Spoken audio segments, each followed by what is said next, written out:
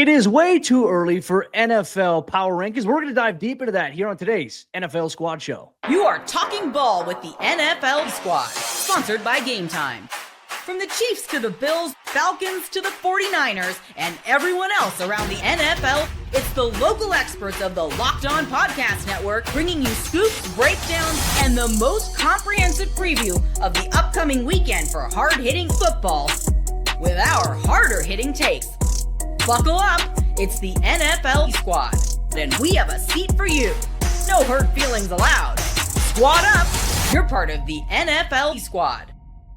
What's happening, everyone? Welcome into another NFL Squad Show here on the Locked On Podcast Network, where you know it is your team every day for all your NFL news, content coverage, and more. We got you covered here with a great panel of NFL experts who always have the biggest stories going on every single day. So special thank you to all the everydayers out there. If you listen to every single NFL show, we appreciate you. I'm Cody Rourke, host of Locked On Broncos, joined today by Landon McCool, host of Locked On Cowboys, Ross Jackson of Locked On Saints, Kevin Ostreicher of Locked On Ravens, and Spencer German of Locked On Browns. We got pretty good representation for the AFC and the NFC here today as we dive deep into our NFL way too early Power Rankings. Today's show is brought to you by our friends over there at the Gametime app. Download the Gametime app, create an account, and use code LOCKEDONNFL for $20 off your first purchase. Look, it's always fun when we get together to talk about Power Rankings, because this is one of the most controversial things that we go through in our Locked On chat on Twitter or Teams, wherever we're at, because the voting sometimes – you wonder where it's coming from. But we're going to go through the top 10 here today and maybe debate and discuss a team that shouldn't even be in the top 10. It's got me heated on today's show. We're going to go through the bottom 10 and then see who from the middle can creep up or will creep down the list as well. So Ross Jackson, I mean, you've got early access to the list here as well. Let's spoil it here. Number one on the power rankings, the Philadelphia Eagles. Are we surprised? I mean, not really. I know it hurts Landon McCool because of the division here, but rightfully so. They're the champs. Yeah, you're the champs until you aren't. You know what I mean? That's big. You know, and here's my thing too. Okay, everyone talks about the team who lost in the Super Bowl, they have to be the number 2 team.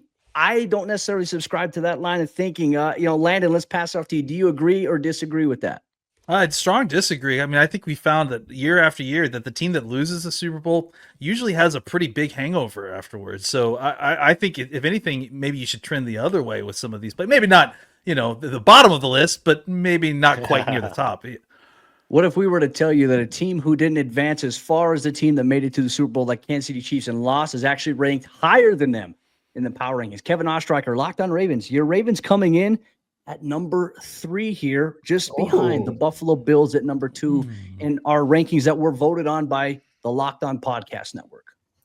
Not shocking. And I admittedly had the Ravens at 2. And it's, again, a top 3 in the AFC between Kansas City, Buffalo, and Baltimore. But I feel like people after the Super Bowl and how it wasn't just the Kansas City lost, it was how they lost. I feel like people are souring on them a little bit. Travis Kelce, obviously, nearing the end of his career, he is back. But we saw the last time this sort of thing happened to Kansas City when they played Tampa. That was an entire offensive line reset. Obviously, it was the same type of story against Philadelphia in the Super Bowl. But I think when you talk about Baltimore and Buffalo ahead of Kansas City, I know that if Joe was here, he could have talked about it with me. And I'm curious to hear what his thoughts are on it too, because I think we're pretty much on the same wavelength. But Joe and I think, both respect Kansas City to the point where, like, they're the team to beat in the AFC. No Super Bowl loss is going to change my mind on that personally. And it's just going to be a matter of, can Baltimore finally get over that hump? And I think that from a roster perspective, I think Baltimore's roster is better than Kansas City, and I think Buffalo's is as well. But there's always that factor of Mahomes and Kelce and Reed. They've been there. They've done that. They've been able to show up in those big moments, something that covering the Ravens, Baltimore, unfortunately, has not been able to do and get over that hump. It seems like the book is out right now on them, which is they're a great regular season team. But once the postseason hits, in some way, shape, or form, whether it's John Harbaugh, Lamar Jackson, Mark Andrews, whoever, some way, shape, or form, they just can't live up to the billing. So on paper, I agree. I think Buffalo and Baltimore are better than Kansas City. But I think there are other factors in there as well that you have to give Kansas City credit for. Good wordplay there on using up, not living up to the billing there. Obviously, as the Love Buffalo that. Bills come Love ahead that. of the Baltimore Not Ravens. intentional, but I'll That take was credit huge. for it. Yeah. That was huge. Bringing it there. Bills Mafia, we thank you as well. Even though there's no Joe, there's still a show. And also make sure you check out the Bills Squad show. They're doing terrific work over there. All right, Spencer, hey, breaking news here. The Cleveland Browns, well, not breaking news. They're not even in the top 10 at this point. We'll get to them a little bit later. But to round out there at number 4, the Detroit Lions coming in at 4, Kansas City coming in at number 5 here. Your initial thoughts here before we get into the absolute ranking that drives me mad about how this was voted on. Yeah, so I'm sort of, I guess I'm not surprised the Lions are in the top 5, but I kind of feel like the Lions are a team that's maybe poised to take a step back. I mean, they had a brilliant season last year. Vikings really banking on the JJ McCarthy stock. I think the Bears got better this year, even though I think I've rated them pretty low in my ranking that we all had sent to us, just because it's the Bears and I can't trust them. But they obviously, with the moves they made this offseason, they could maybe be poised to be a bigger threat in that division. So I'm a bit surprised. I guess they're up there. The Chiefs coming in at 5. I get what all you guys are saying about, them maybe taking a step back and maybe not everybody buying them. I agree with Kevin in that the Ravens and Bills, like roster wise, are probably better than Kansas City. But the reason, like Ross said it, the Eagles are the champs until they're not. And so everyone's probably voting them number 1, which is why they came in at number 1 on the list for us. The same thing sort of applies to me for the Chiefs. Like I give Patrick Mahomes the Tom Brady pass at this point. Like I just assume that no matter what, he's going to be there in the AFC Championship game with a chance to go to the Super Bowl every single year. And if you bet against him at your own peril. So until I'm proven otherwise, until I see a team like Baltimore or a team like the Bills actually get it done against that team in the postseason, I'm just always going to default to they are the number 1 team in the AFC. So in this instance, I can't put them ahead of the Eagles because the Eagles won the Super Bowl against them. But I had to put them number 2. But I do think most of this top 5 sort of falls in line with the general consensus around the league, other than maybe, I guess from my perspective, the Lions being a team that I think maybe takes a little bit of a step back. As a Broncos representative, as much as I hate to agree with you there, I mean, you're right. I mean, it is kind of like that. Every year, Tom Brady and the Patriots would be counted out. Everyone's writing them off, and then here they come. And it's like, all right, have we learned our lesson yet? Well, Kansas City, the amount of straight appearances that they've had in the AFC Championship game, I think gives credence to the fact that, hey, you still can't write them off, which is going to make our AFC West squad show, once the season gets a little closer, a little interesting there as we talk about that. But here's the pick that drives me absolutely mad. Coming in at number 6 here, the San Francisco 49ers. What gives them this rating? I mean, they pretty much have had to ship off Deebo Samuel. They got rid of pretty much everybody because they had to. You have a looming extension here with Brock Purdy, is he the quarterback of the future? Like, this to me was the one ranking that I was like, San Francisco doesn't even belong in the top 10 of these power rankings. It goes San Francisco at 6, Cincinnati at 7, which I don't agree with either. Also the drives Chargers me crazy. at 8, which I don't agree with that. The Rams at 9, you can debate that. And then Tampa Bay at number 10 to round out the top 10. Ross Jackson, anything that stands out to you with, picks 6 through 10 here?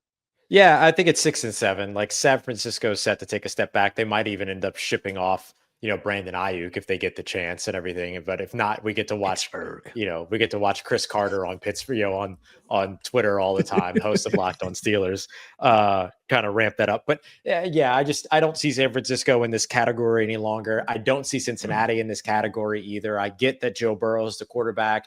And look, I'm a lifelong Louisiana guy, right? Born and raised in Louisiana. I got a lot of love for Joe Burrow. It's what's around him, or the lack thereof of what's around him, particularly over on the defensive side, that kind of drives me a little nuts to see them ranked at number 7. I don't think they deserve to be here. So for me, those are the 2 standouts, because I don't think that either of those teams, San Francisco or Cincy, will be in this conversation come this time, or rather come, let's say, like December or January of next year. There's no shot.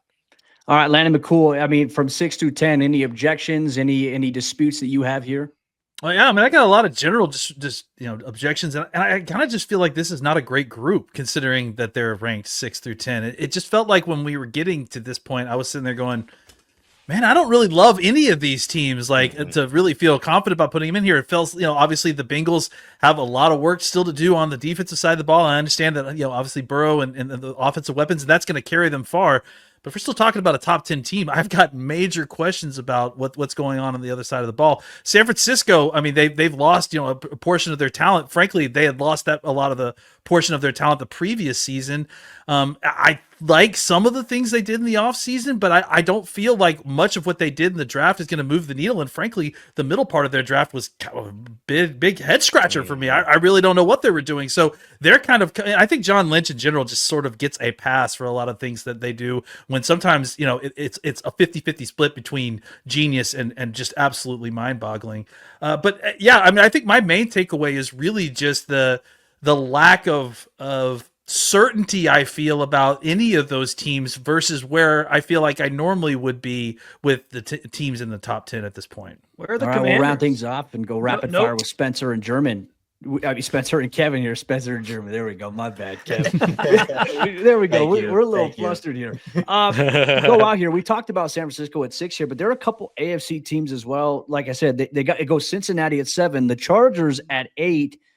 What do you think about that? Because I don't agree with those placements either. I think, if anything, Houston, the team to beat them in the playoffs, should be ahead of the Chargers here. But that's just my thoughts. Nah, I think Houston took a big step back. I agree. Yeah, like they made some perplexing trades this offseason. Obviously, getting rid of Laramie Tunsil in a year where Joe Burrow. Or sorry, not Joe Burrow. I'm thinking of a different Ohio State quarterback. CJ Stroud sort of took a step back. LSU quarterback, thank you very much. Well, that's true. That's true. Ohio State still tries to claim him, though, even though he never played a snap, or not a meaningful snap anyway. We're all wrong but sometimes. CJ Stroud took a step back, and then I think they made the offensive line kind of around him worse. Obviously, like Stephon Diggs is gone from there. He was a key weapon for them until he got hurt. I don't know when Tank Dell is going to be back for them. So there's like a lot of probably not this year. Yeah, there's a lot of kind of mystery there, I guess, for Houston. I'm still threw it out there, but I'm surprised that there's no love for the Commanders in this top 10. Completely agree. I know. I know, Landon, you were saying before we started here that you think they're a team that's probably maybe poised to take a step back. I think they made some really good moves this offseason, though, like smart moves. They invested in the offensive line, both in trade for Tunsil and in the NFL draft. I know they got somebody. So I don't know. I'm kind of surprised that they might take a step back, but to not even have them in the top 10, I kind of found surprising. Well, folks, we're going to get to the bottom 10 here coming up on today's NFL Squad Show. Ross Jackson's got some good representation. Is he excited about where the New Orleans Saints are at in our way too early power rankings? We'll break that down and much more here on today's NFL Squad.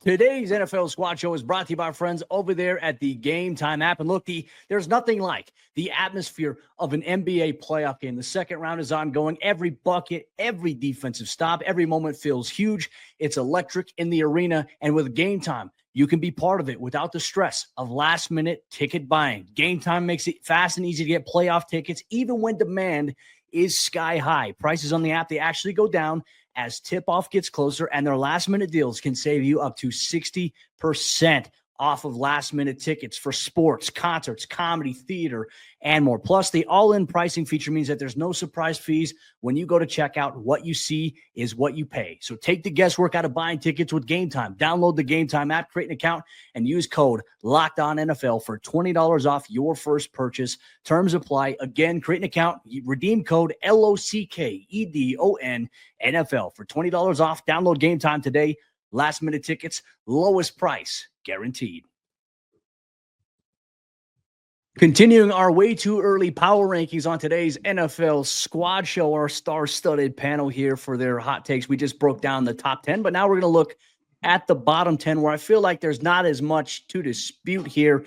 Ross Jackson, Locked on Saints. Landon McCool, Locked on Cowboys. Kevin Ostreicher, Locked on Ravens. Spencer German, Locked on Browns. Let's start with number 32. And Spencer, drum roll here. Spoiler alert. The Cleveland Browns were voted as the 32nd ranked team here. I want to know your thoughts on this. Do you agree or disagree with this? Because obviously they loaded up. I feel like they added some quality players in the NFL draft. But is this being overshadowed by the fact that they went and they spent a pick on Dylan Gabriel, who Kevin thinks is going to end up being the starter at some point this year? Or the Shedeur Sanders thing? Is 32 the rightful place here for the Cleveland Browns? I didn't pick them to be 32. I think I put them 30. On my ranking. So I'm not surprised that they ended up 32. I think anytime you're choosing between the Browns and other, flailing teams in the NFL at any given time, people just gravitate towards the Browns because the Browns have this negative connotation with them. We know that about this team. It's like the whole mistake on the lake thing, and they always lose, and they had the long playoff drought, and they can never get the quarterback situation right, and they got Deshaun Watson just kind of sitting there getting paid to do nothing this year. So I get it. The balloon release. Don't forget about the balloon release. Yeah.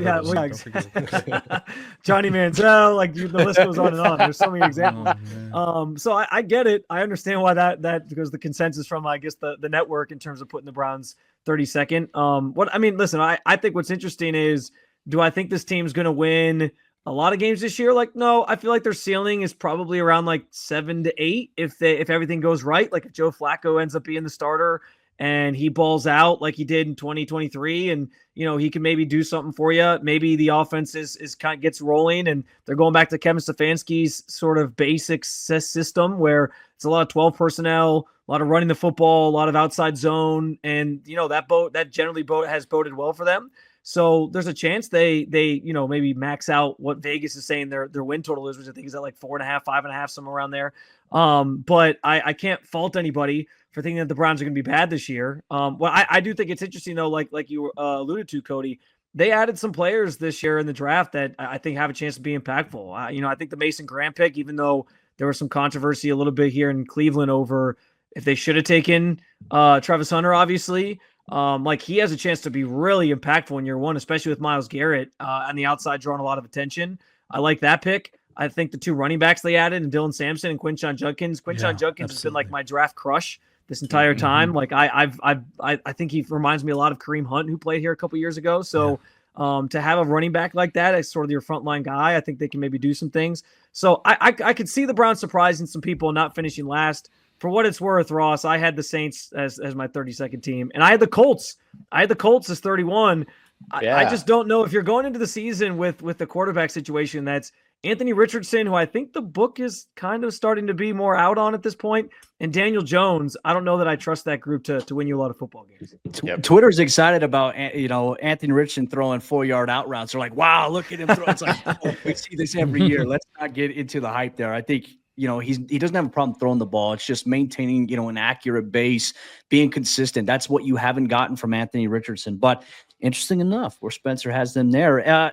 Ross Jackson, your New Orleans Saints come in at number 30th overall. Where did you have them? Is this on par, considering that they're in a rebuild? I'm shocked that they're at 30. I thought for sure they were going to end up at 32 for thinking about like where the rest of the network might rank them and stuff like that. So I approach this with a little bit of optimism for the New Orleans Saints.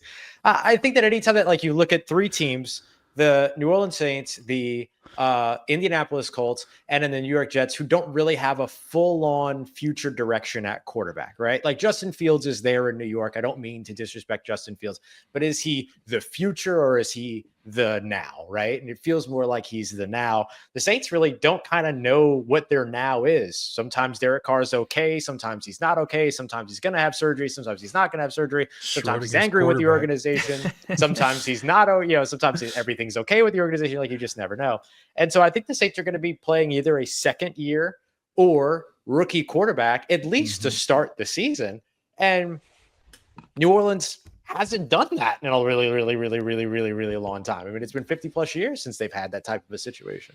And so I just don't see them necessarily being in a place where they're going to be massively competitive. And I think that they're in that conversation of teams to where the record isn't really indicative of success. And anytime that you're in a conversation to where you say that the record is not indicative of success, you're probably a bottom team. And that's okay. Like that Saints need to live here for a little while and finally take on that rebuild that they've really needed to be on since Drew Brees retired years ago. And certainly since Sean Payton left 1 year after that. And so I'm not super surprised to see them this low. I'm shocked that the network doesn't have them ranked lower. This is kind of where I had them. They're ranked at number 30 with the New York Jets at 31. Fine. Like that's kind of the class of team that they're around. The division might make them look a little bit better, but I'm not fully convinced that it will. So this is about where I think that they should be. And that's okay because this team needs to live at this spot for a second before they're in that place of like the ebb and flow of the NFL. And that's fine. Yeah, with the whole situation, Derek Carr, it's like an episode of Righteous Gemstones right now. What's going on over there in New Orleans? We'll see how it pans out. 29th, Kevin's favorite team to win the NFC South, the Carolina Panthers. coming in right there. I know, you got some good favor from the Carolina Panthers fan base, but then it goes to the Tennessee Titans, who obviously land Cam Ward with the number 1 overall pick at 28. The Colts come in at number 27, so maybe a little bit higher, kind of in the median of where people thought they were going to be. Arizona at 26, Miami at 25, which Miami's ranking's a little surprising. The Giants ahead of Miami, though, I think is very interesting. And then it goes New England Patriots, and then the Raiders there. So, Landon, let's go to you here. Surprisingly enough, here as we look at Cleveland 32, Jets 31, Saints 30, Panthers 28, and then it goes Titans, Colts, Cardinals, Dolphins, Giants. Any dispute there on any team that's landed up there, kind of in those bottom 10? I don't know if I would dispute, but I think it's interesting that Kyler Murray and the Arizona Cardinals at 26, like that he is the bottom of the established quarterback list in the NFL, basically, right? Because everything beneath that is kind of a nightmare quarterback scenario. No offense to the two of y'all, but it's like so Kyler Murray's really the Kyler Murray's like the one guy that's like he is like established, is definitely who they want as their starting quarterback, and that is the lowest ranked guy in the team, and I also don't think that necessarily reflects the talent at Arizona. I think Arizona's got a pretty decent team, so maybe, I don't know how much higher I'm putting him, but I just find it's funny that that kind of, maybe that line of demarcation between 26 and 27 maybe is a pretty steep gap. Mm-hmm. I had the Cardinals in my own ranking. I had them around 19, 20, something along those lines there. I think I had them like 16, 17, somewhere around there. Yeah, I was like low, like 21. It gets hard when you're filling out the rankings. You're like, wait a minute, who did I put here at this spot? It plays mind games. You got to go back and move everybody down. I've had to do that. I've had to do that, sure. Well, I think one of the things we are going to debate and discuss here in today's NFL Squad Show, we've analyzed the top 10, we've analyzed the bottom 10, but which teams that are in the middle of the pack here have a chance to jump up into the top 10 or fall into the bottom 10. We'll debate and discuss here on today's NFL Squad Show, part of the Locked On Podcast Network, your team every day. Today's NFL Squad Show is brought to you by our friends over there at Upwork. And scaling your business requires the right expertise at the right time. With Upwork, you can find specialized freelancers in marketing, development, design, and more, experts ready to help you take your business to the next level. Upwork gives businesses flexibility by connecting them with top freelance talent across multiple industries, including IT, AI, web development, and marketing. Whether you need extra hands for a project or a long-term partner, Upwork makes hiring simple and affordable. And finding the right talent is important for scaling your business. If you need help with a marketing campaign, Upwork can connect you with a freelance expert who delivered incredible results on other projects. So visit Upwork.com right now and post your job for free. That's UPWORK.com, Upwork.com, to connect with top talent and grow your business today. We're jumping into the fourth quarter action of today's NFL Squad Show here on the Locked On Podcast Network. I want to thank our sponsor over there at Gametime once again for coming in clutch as always. As we get into the middle pack of our way too early NFL power rankings here, we've analyzed the top 10, we've analyzed the bottom 10. I feel like there's a lot of conversation to be had as to which teams are movable into the top 10 or maybe out, maybe into the bottom 10 essentially here. Let's start things off here by going through where we're at. Obviously, Tampa Bay was the number 10 team to kind of round things off. But from 11, you got the Minnesota Vikings. 12, you got the Washington Commanders, who I think most of us here, except Landon, are in agreement. That seems a little bit of a stretch for them. The Green Bay Packers at number 13. Peter Bukowski, I'm curious for his thoughts on that. The Broncos coming in at 14. I had them around 12 to 14. I think it's a fair range there. The Houston Texans at 15. Cowboys coming in at 16th, Landon. We'll get your thoughts on that in a moment. The Bears at 17, Falcons at 18, Steelers at 19, Jaguars at 20. Very, very interesting list here. Landon, let's start off with you here. Cowboys coming in 16th. I mean, they just acquired George Pickens via trade. So, you had you guys and Chris Carter worked up a little bit early on in the morning, obviously on Wednesday. But your thoughts here, does this ranking, does it match up with where they've got now, like with the acquisition of George Pickens, or do you feel like they should be higher? Yeah, I feel like, I mean, obviously I host the Cowboys show. I feel like they should be higher, but I'm not shocked that they aren't, right? Like, I mean, I'm not shocked that they are at 16 right now because there's a lot of things that are in transition. There's just a lot to the Cowboys that still has to be kind of seen on the field, including, what kind of version of Pickens are we getting? But I mean, I think just if you look at the roster, I mean, the Cowboys have been getting killed for the last few weeks for not having a wide receiver too. I mean, they've got too deep a pass rusher. They got a franchise quarterback. They got a top 5 wide receiver. They've got a ton of other stuff, but they've been getting murdered, and knocked out because they didn't have a wide receiver too. Well, guess what? Now they have that, so maybe there's less excuses for why everyone thinks that they're going to be terrible again this year. So. I think that, obviously that there's going to have if they have a chance to have a healthy Dak this year, they're going to have a bounce back year. I would be shocked if they aren't a top 10 team, with this roster, if everything kind of plays out. I think they were a better team than that the record showed last year. And then obviously when things kind of snowballed, it all went downhill for them for sure. I'll be honest, Landon. Like the Chicago Bears, the Cowboys are just a team I just don't trust. That's why I ranked them a little bit lower, because every time I think like, oh, the Cowboys have a shot this year, they're going to come for that division. It just seems like they always stub their toes somewhere along the way, whether it's in the playoffs or whether we've won the division a couple times. I think there's a difference between like not trusting them to win the Super Bowl, which, geez, buddy, I get in line. I'm with you there. And I mean, the Cowboys have consistently, they won like 36 games in 3 seasons or something. Fair. So winning games has never been a problem with the Cowboys. It's winning playoff games. That's probably, I mean, to be fair, that's probably where my mind was like, do I really think this team has a shot to win the Super Bowl? Up there with, if I'm doing a ranking and I'm talking about like Baltimore and the Bills and the Chiefs, do I really think they're in that stratosphere of teams? Like, do I think they're actually going to win the Super Bowl? No. So that's why I think that way. That's what's interesting, right? Is that we just talked about, or at least I talked about, I think 7 through 10 on our list, all of those teams aren't any good. So there's no reason why the Cowboys couldn't get into that group. 6 through 10. Yeah, absolutely. So there's no reason the Cowboys couldn't get into that list. I mean, honestly, so we'll see. Yeah. All right. So let's talk about that. Schottenheimer, new coach. Yeah. I mean, he's been on the staff, but new head coach, first-time head coach. Like I feel better right now about the Dallas Cowboys in 2026 than I do about them in 2025. You know what I mean? But that's because I haven't seen what. It's so much unknown. As a coach, you know what I mean?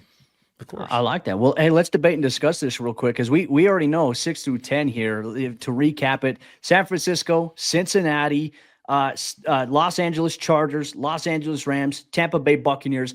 I feel like Tampa can stay in the top 10. I feel like that's probably the one out of that group I'm not disputing. I would dispute that. I think that we're not discounting enough these teams that have lost their superstar OCs and DCs, right? And I throw the Lions in there as well. Like, not that I would knock them out of the top 10, but I think the ranking, just putting them in at top 3 because of what they did last year after losing both their offensive coordinator and defensive coordinator, and then Tampa losing Liam Cohen cannot be discounted enough. Like, that's a major loss for that team. And I feel like they scrambled to it showed you like how much that they felt like they lost it. So I'm a little bit tenuous about keeping them in the top 10. I feel like we could take San Francisco, Cincinnati, the Chargers, and the Rams out. 4 of those teams, I feel like you could put Washington into the top 10. Absolutely. I think you could and you should. The Minnesota Vikings, questions about, hey, we don't know what we're going to see yet with J.J. McCarthy, so that one's kind of Or Aaron Rodgers. Green Bay Packers. I feel like could do it, depending on the health and status of Jordan Love. I think the Broncos are a team that could also move into the top 10 at some point. I wouldn't do it right now, but I think with the moves that they made to make an already good defense even better, and now you've added more pieces around Bo Nix, I think the Broncos could be a sneaky team to make it in the top 10. But Kevin, I mean, your thoughts on who should be in the top 10 at this point from the middle of the pack group that features Minnesota, Washington, Green Bay, Denver, Houston, Dallas, and Chicago? Yeah, I mean, Washington is the obvious choice here, but to me, I'm going to go with Minnesota, and I might be more of a JJ McCarthy believer than some others, but I think it all depends on how you feel about JJ McCarthy, because I think the pieces around him, and this is what Minnesota should have done first of all, and this is what all teams should do with quarterbacks on rookie contracts: get the pieces around him, go spend, and that's what Minnesota did, both to protect JJ McCarthy on the offensive line, and on top of it, they beefed up their defensive line. I love the Donovan Jackson pick for them. I think them beefing up the trenches was huge. And on top of that, you already have Justin Jefferson and Jordan Addison. Aaron Jones is your running back. You have TJ Hawkinson at the tight end position, and that defense has some playmakers on it as well, outside of who they've already added. So I think that if McCarthy can turn into, and I'm not saying he has to be Patrick Mahomes or Joe Burrow or Lamar Jackson or Josh Allen or anything, but if he can just be a serviceable quarterback in his CJ first Stroud, year, man. exactly. That's all he's got to be. If Brock Purdy can go and do it with the roster that he had, I think that JJ McCarthy can do it with the roster that he has. So I think Minnesota is a team that could surprise people this year. I think he's got a great system. I think he's got great playmakers around him. And I feel like there's going to be a concerted effort to take all the pressure off of his shoulders because of that. And look, and like I said, they're also reinvested in trying to beef up that offensive line as well and get continuity there. That's going to be huge. And he's got Kevin O'Connell calling his plays. Yeah. Well, that's the X factor. I think is you trust O'Connell to tap into whatever quarterbacks there. I mean, look what he just did with Sam Darnold. Sam Darnold gets paid this offseason because of the success he had with O'Connell. I think though, I think my biggest hesitation with the Vikings and the quarterback situation as it relates to JJ McCarthy is like he's not going to have this is basically his rookie season, and he's not going to have like a normal rookie experience. He's basically learning on the fly while also trying to come back from a torn ACL. Like that's not necessarily easy to do. Like I just watched Nick Chubb try to, and again, like this is the second time he had a serious knee injury to his knee, but like I just watched him struggle to kind of come back and be a similar player for several weeks. And the talk was, hey, if they re-sign this offseason here in Cleveland, like maybe a year after, or like a whole another year of just being able to train, not having to recover, but just being able to train for a season, another year removed from the injury, he'll look a little bit better. So I don't know that like JJ's going to be able to like I'm not saying he can't, but I think I have questions about his ability to both recover from that injury and be able to play at a high level and be essentially learning the game at the NFL level at the same time. That division too is tough, man. It is. Yeah. That might be the toughest division in football. Granted, we'll see based on the changes that happened with the coordinators in Detroit. Obviously, that's going to, I think, be something to watch here. Spencer, I'm gonna put you on a little bit of an opportunity to irritate a fan base in your division here. The Pittsburgh Steelers coming in at 19th. Is that the right spot, or is that a little too low or a little too high? Where are you at with that? Considering that quarterback situation right now, it's unclear. We think it's going to be Rodgers, but man, this is a very interesting offseason for Pittsburgh. Incorporate George Pickens into your response, please. I just talked about this on a recent episode of Locked On Browns. The idea that for once the Browns actually have, I think, a better quarterback situation right now than the Pittsburgh Steelers, which is kind of crazy to think about. But I'll tell you, like the Steelers are a tough one to sort of pin in terms of this ranking because, yes, like right now you're looking and you're saying like, well, if they don't get Aaron Rodgers, like that team's kind of a disaster. Like they're going to be a really good defense again. I'm sure Mike Tomlin will squeeze like 8-9 wins out of them because he always does. Yeah. But like at the same time, I don't really know like where they fall then. But if you get Aaron Rodgers, their ceiling could be anywhere from like, hey, we're a top 10 team to, well, it's going to be like the New York Jets experience and he's just going to be okay. And then maybe come on strong late, but it's too late at that point. And then maybe you only win like 7 games or whatever. So I think they're fascinating to me. All indications continue to be that they're anticipating at some point that Rodgers is going to sign there. I know in the aftermath of the Pickens trade, there was a lot of talk about how, he had already been working out with DK Metcalf a lot. Like they were sort of thrown with each other and Pickens wasn't a part of that. I wonder why.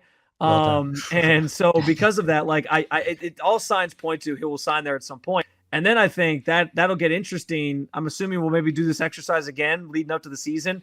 And it'll be interesting to see like once he's actually in tow, where people across the network sort of view the Pittsburgh Steelers if they have Aaron Rodgers. Because there are the opinions on Rodgers are so vast. Like there's one side that's like, hey, he was looking those last like 6 or 7 games with the Jets. He was really coming on strong. And then there's the other side where it's like, well, it's Aaron Rodgers. He's volatile as hell, and nobody knows what's going to happen with him. So it'll be interesting to see how the network feels about it if he actually goes there. Yeah, we're excited. There's obviously going to be a lot of moving pieces as NFL training camp is coming up, and make sure, hey, even though the offseason is here, we have a show here for you at the Locked On Podcast Network, your team every day, local experts on the biggest stories, plus you get some fun exercises like the national shows here in the NFL Squad Show here. But with that said, that'll wrap up today's NFL Squad Show as we go through our way too early power rankings as voted on by members of the Locked On Podcast Network. If you have a gripe, take it up with HR. We appreciate you. We'll see you next time here for another episode. Locked On NFL Squad.